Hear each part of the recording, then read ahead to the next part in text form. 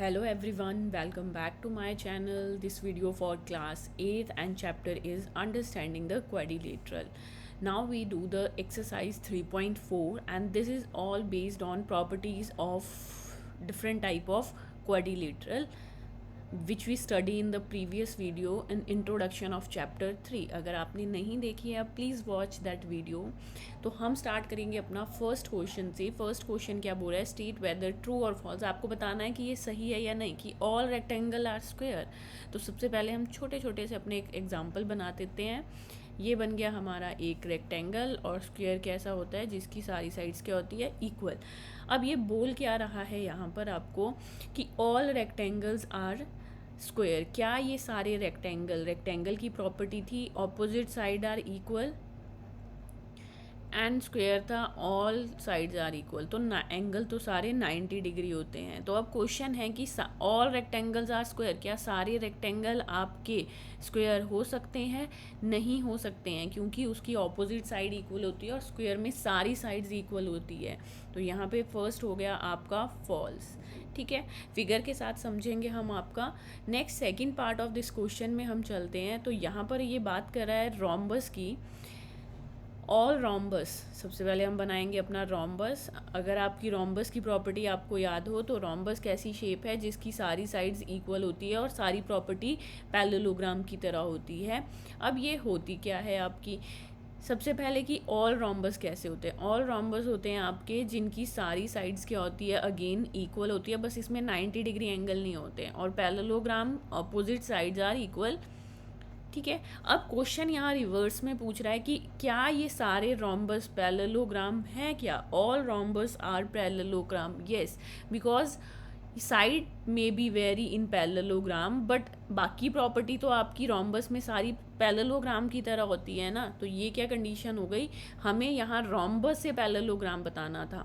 तो this properties can follow the property of parallelogram. तो ये हो जाएगा आपका ट्रू. यस, ये हो सकता है आपका. नेक्स्ट चलते हैं. आपका नेक्स्ट की बात ये जो कर रहा है वो बात कर रहा है स्क्वायर की. तो ये आ गया हमारा स्क्वायर जिसकी सारी साइड इक्वल होती है. फिर आया रोम्बस, एक रोम्बस का भी हमें एग्जांपल लेना है, और अब हमें बनाना है रेक्टेंगल. तो अब ये क्या बोल रहा है आपको, all square are rhombus and also rectangle. क्या जो ये स्क्वायर है आपका, ये स्क्वायर सारे रोम्बस है और सारे रेक्टेंगल भी हो सकते हैं. यस, यहाँ पर स्क्वायर की साइड रेक्टेंगल के अकॉर्डिंग मेज़र हो सकती है. इट मीन्स स्क्वायर की सारी साइड इक्वल होती है, बाकी सारी प्रॉपर्टी ये रेक्टेंगल की तरह शो करता है. सेकंड, रोम्बस और स्क्वायर की सारी प्रॉपर्टी सेम होती है सिर्फ एक एंगल को छोड़ के. तो वो कंडीशन आपकी पैरेललोग्राम में क्या हो जाती है कि अगर रोम्बस में अगर आपके 90 डिग्री के एंगल होंगे तो ये भी एक क्या हो जाएगा, स्क्वायर बन जाएगा. तो ये भी स्टेटमेंट क्या हो गई आपकी, ट्रू. नेक्स्ट चलते हैं अपना डी में. डी आपका क्या बोल रहा है यहाँ पे, all squares are not parallelogram. अब ये बोल रहा है कि हमारे पास जितने भी स्क्वायर्स हैं, तो ये हो गया हमारा स्क्वायर, और जितने भी हमारे पास यहाँ पर आ गए हमारे पैरेललोग्राम. अब क्वेश्चन क्या बोल रहा है ये कि all squares are not parallelogram. Square होती है सारी साइड इक्वल, और ये पैरेललोग्राम जो होता है opposite side are equal, but इसके एंगल्स क्या होते हैं, डिफरेंट होते हैं. तो अब क्वेश्चन क्या है, all squares are not parallelogram. क्या सारे स्क्वायर पैरेललोग्राम नहीं होते हैं? तो ये स्टेटमेंट आपकी क्या है, फॉल्स है. ऐसा नहीं है, क्योंकि आपने अगर प्रॉपर्टीज़ देखी हो तो मैक्सिमम सारी प्रॉपर्टीज़ आपकी पैरेललोग्राम से शुरू होती है. सबसे बेसिक टाइप ऑफ क्वाड्रिलेटरल क्या है आपका, पैरेललोग्राम है. फिर उसकी कुछ प्रॉपर्टीज़ में मॉडिफिकेशन करके हमारे बाकी शेप्स की प्रॉपर्टीज़ बनती है. तो यहाँ पर ये बोल रहा है कि क्या स्क्वायर आर नॉट पैरेललोग्राम. तो ये फॉल्स है, ऐसा नहीं है. नेक्स्ट आ जाओ, ऑल काइट्स आर रोम्बस. चलते हैं नेक्स्ट शेप में. हमने बात करनी है काइट की. ये बोल रहा है कि काइट एंड रोम्बस. अब चलते हैं इसमें कि यहाँ पर करना क्या है. ऑल काइट्स, अगर हम काइट की बात करें तो काइट क्या होती थी, एडजेसेंट साइड्स आर इक्वल होती है इसमें, और रोम्बस में सारी साइड्स इक्वल होती है. तो ये तो दिख ही रहा है आपको कि ऐसी प्रॉपर्टी इसमें ये फॉलो नहीं होती है. तो यहाँ पर क्या आ जाएगा, फॉल्स. सारी काइट्स रोम्बस नहीं हो सकती because their adjacent sides are equal. Number next है आपका ऑल रोम्बस आर काइट। अब देखो इसने रिवर्स में पूछ लिया, सेम फिगर से समझते हैं हम आपका। अब ये बोल रहा है कि सारे रोम्बस क्या काइट हो सकते हैं, क्यों नहीं हो सकते। अगर मैं काइट की शेप इस तरीके से बनाऊं कि आपकी सारी साइड्स इक्वल आ जाए तब भी तो काइट की शेप बनेगी ना आपकी। तो सारे रोम्बस जो है वो काइट हो सकते हैं, बट हमारी काइट रोम्बस नहीं हो सकती बिकॉज उसकी एडजेसेंट साइड्स आर इक्वल है। बट रोम्बस में क्या हो जाता है कि सारी साइड्स इक्वल है तो वो काइट में एक कंडीशन अप्लाई हो सकती है, तो यहाँ पर आपका आंसर आ जाएगा true. And the last is all parallelogram are trapezium. तो ये तो आपको पता ही है कि ट्रेपेजियम एक ऐसी फिगर है जो आपकी सबसे डिफरेंट है। पहले बनाते एक पैरेललोग्राम और फिर बनाते हम अपना ट्रेपेजियम। ट्रेपेजियम में हमने सिर्फ एक प्रॉपर्टी पढ़ी है कि one pair of opposite side are parallel. ये वाली लाइन इस लाइन के पैरेलल होती है, नथिंग इक्वल नॉट अनइक्वल ये हम कुछ नहीं बोलेंगे, हम सिर्फ बोलते हैं one pair of opposite side are parallel. और पैरेललोग्राम कैसी शेप है, उसकी तो ऑपोजिट साइड इक्वल होती है। तो हमने ये एक ऐसी फिगर पढ़ी थी ट्रेपेजियम जिसमें सारी प्रॉपर्टीज पैरेललोग्राम की नहीं होती है। तो all parallelograms are trapezium, no ऐसा नहीं हो सकता। तो ये स्टेटमेंट क्या हो जाएगी आपकी, फॉल्स। तो ये थे हमारे ट्रू और फॉल्स। नेक्स्ट चलते हैं अपना सेकेंड क्वेश्चन। अगेन ये वाली एक्सरसाइज आपकी प्रॉपर्टी बेस्ड ही है। अब देखो क्या बुरा है, identify all the quadrilaterals that have 4 sides of equal length. आपको सिर्फ ऐसी शेप्स बतानी है जो आपकी इक्वल लेंथ में हो। तो मैं पहले आपको शेप बना के दिखाती हूँ, आपको रिकॉल करना है कि ये कौन कौन सी शेप्स थी। यस, तो ये दो कौन सी शेप है आपकी, एक तो आपकी आ जाएगी स्क्वायर और दूसरी क्या आ जाएगी आपकी रोम्बस। तो सिर्फ ये दो शेप्स हैं जिसमें सारी साइड्स क्या होती है, ऑपोजिट इक्वल होती है। ठीक है, तो पहले का आंसर हो गया स्क्वायर एंड रोम्बस। फिर आ गया 4 राइट एंगल। राइट एंगल किस प्रॉपर्टीज में होते हैं, अगर हम फिगर बनाए सबसे पहले तो एक तो आपका सेम यही रहेगा स्क्वायर और दूसरा आपका क्या आ जाता है, रेक्टेंगल। यस, तो यहाँ पर जो हमारे आंसर आ जाएंगे वो क्या हो जाएंगे, square and rectangle.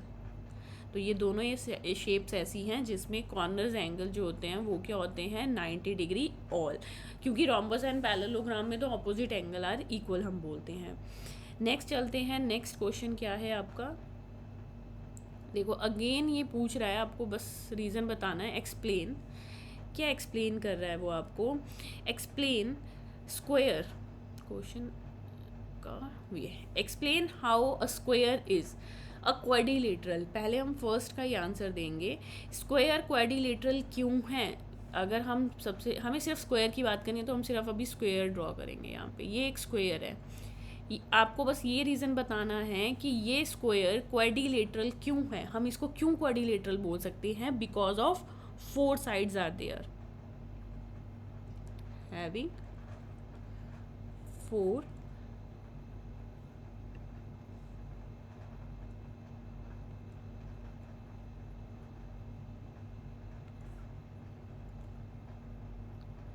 having 4 sides। ठीक है, पहले का आंसर तो ये हो गया, सिर्फ हमें रीजंस बताने हैं। अब एक स्क्वायर पैरेललोग्राम क्यों है, हम इस स्क्वायर को पैरेललोग्राम क्यों बोल सकते हैं, क्योंकि इसकी ऑपोजिट साइड्स क्या है, पैरेलल होती है।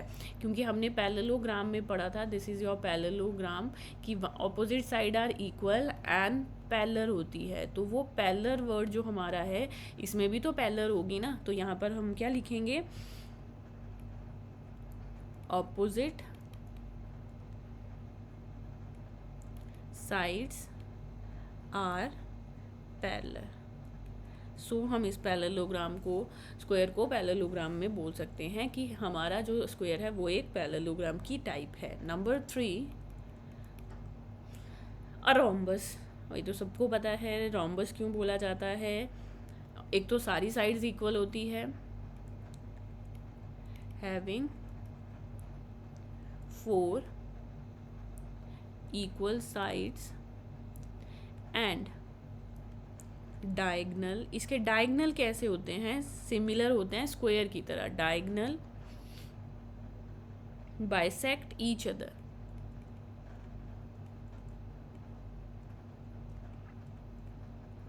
ठीक है, रोम्बस में भी यही होते हैं और स्क्वायर में भी होते हैं। Now the last property of four, a rectangle इसे क्यों बोला जाता है, एज यू नो दैट इसके सारे इंटीरियर एंगल क्या होते हैं, 90 डिग्री।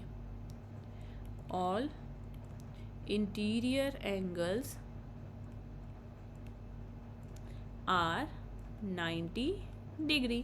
ठीक है, तो ये बात थी हमारी स्क्वायर की प्रॉपर्टीज में कि how square is related with quadrilateral, parallelogram, rhombus and rectangle. Now we go to the question number 4। यहाँ पर आपको सिर्फ नेमिंग करनी है, name the quadrilateral whose diagonal bisect each other. हमने जितनी भी शेप्स करी है क्वाड्रिलेटरल की, उसके डायगनल किस किस के बाइसेक्ट करते हैं, तो सभी के करते हैं ऑलमोस्ट। सबसे पहले आ जाएगा पैरेललोग्राम, फिर आ जाएगा रोम्बस, क्योंकि हमने जितनी भी प्रॉपर्टीज़ पढ़ी ना क्वाड्रिलेटरल में, सब में हमने ये लिखा कि जो भी प्रॉपर्टी पैरेललोग्राम में है वो सभी बाकी टाइप्स में भी होती है, सिर्फ काइट एंड ट्रेपेजियम को छोड़ के। तो यहाँ आ जाएगा parallelogram, rhombus, square and rectangle. ठीक है, अब चलते हैं सेकंड, आर परपेंडिकुलर बाइसेक्ट, जिसके वो जो इक्वल पार्ट्स होते थे लाइक दिस, ये वाली शेप याद हो अगर आपको, ये वाले पार्ट भी इक्वल बाइसेक्ट होते थे। ठीक है, वो बाइसेक्ट तो कर रहे हैं बट वो परपेंडिकुलर बाइसेक्ट कर रहे हैं। साथ में यहाँ कॉर्नर पे जो ये सेंटर एंगल है, यहाँ पर क्या बना रहे हैं, 90 डिग्री एंगल बना रहे हैं। तो ऐसे कौन सी शेप है आपकी जो परपेंडिकुलर बाइसेक्ट करेगी, वो सिर्फ आपकी है स्क्वायर एंड रोम्बस।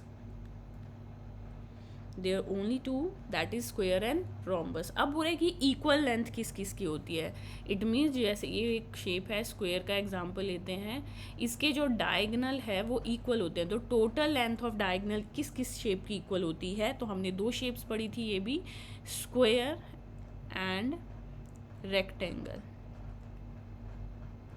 ठीक है, तो ये थे हमारे सिर्फ डायगनल्स की प्रॉपर्टी। देखो यहाँ पर हमारी रिकॉल भी हो जाएगी सारी प्रॉपर्टीज़ कि हमारे डायगनल कैसे हो सकते थे हर शेप में। नेक्स्ट है explain why a rectangle is convex quadrilateral. तो सबसे पहले तो हम इसको समझते हैं कि क्वेश्चन बोल क्या रहा है। ये है हमारा एक क्वाड्रिलेटरल जिसका नाम है, हमने लिखना है रेक्टेंगल है। अब ये बोल रहा है कन्वेक्स, कन्वेक्स क्वाड्रिलेटरल हमने पढ़ा था जिनके सारे angle, all angles less than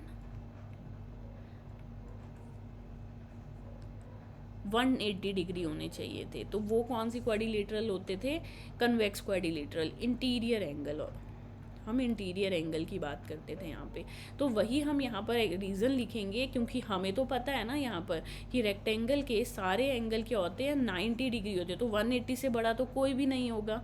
तो यहाँ पर हम रीज़न क्या लिखेंगे,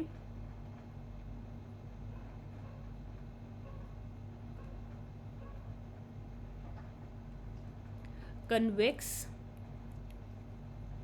quadrilateral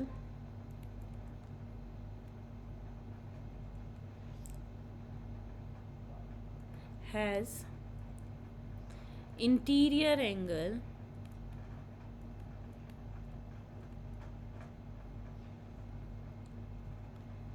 less than 180 डिग्री। ठीक है, तो हमने बोला कन्वेक्स क्वाड्रिलेटरल क्या होते हैं, जिनके इंटीरियर एंगल जो बोलते हैं हम, और रेक्टेंगल में हम सबको पता है कि सारे के एंगल होते हैं 90 डिग्री। तो why rectangle is a convex quadrilateral, because rectangle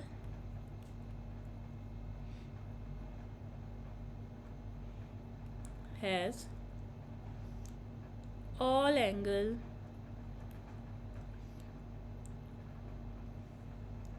all interior angle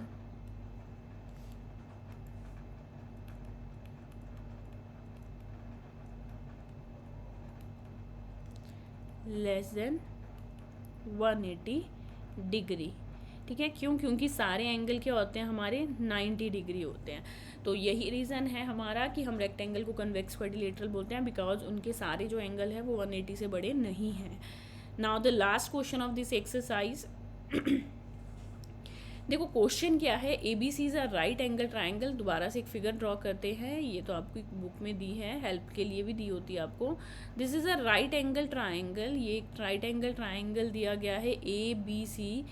O is the mid point of the side to the right angle, इसके ऑपोजिट जो साइड है that is A and C, इसका जो मिड पॉइंट है वो हमें दिया हुआ है ओ, और ये हो गया हमारा बी, क्योंकि ए बी सी हमें रेक्टेंगल बनाना सॉरी राइट एंगल ट्राइंगल बनाना था।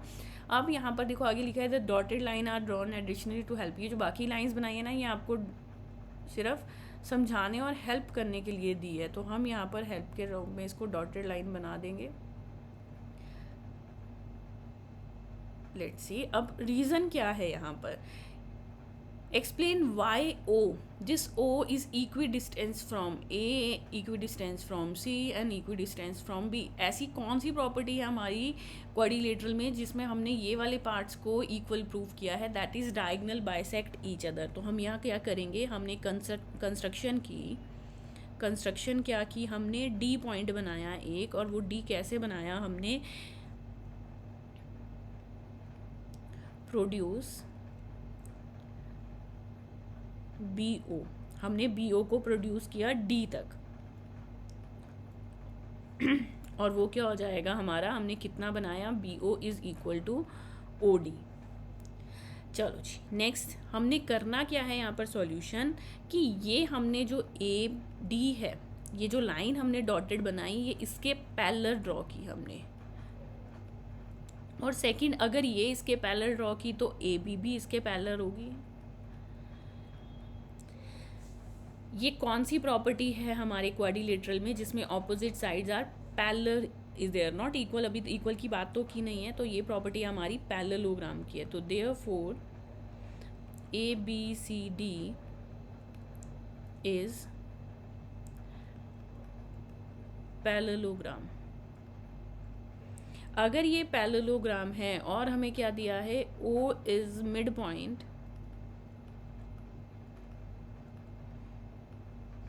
ए सी, ये भी हमें गिवन था यहाँ पर C, O is the mid point of the side opposite to, तो इस ऑपोजिट के ओ हमारा मिड पॉइंट है।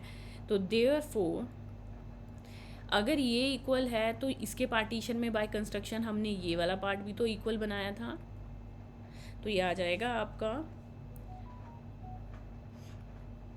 Hence O is equidistant from A, B and C which is OA। हमने प्रूव किया OC के, एंड हमने बाय कंस्ट्रक्शन बनाया OB is equal to OD। तो ये आपको रीज़न भी पता होना चाहिए कि why these are equidistance. ये हमारे को O मिड पॉइंट दिया गया था, ठीक है, और यहाँ पर ये हमने बाय कंस्ट्रक्शन फाइंड आउट किया। अगर आपको नहीं क्लियर आउट हो रहा है तो आप यहाँ पर ये भी लिख सकते हो O इज़ मिड पॉइंट, ये हमें गिवन था क्वेश्चन में, और यहाँ क्या लिखोगे, बाय कंस्ट्रक्शन हमने ये भी प्रूव किया। तो अगर ये दोनों चीज़ें इक्वल है तो इसका मीनिंग वही हुआ कि ओ जो है सब में कॉमन अल्फ़ाबेट ओ है, तो O is equidistance from all the 3 points that A B and C. तो this is about your question number 6 and your chapter number 3।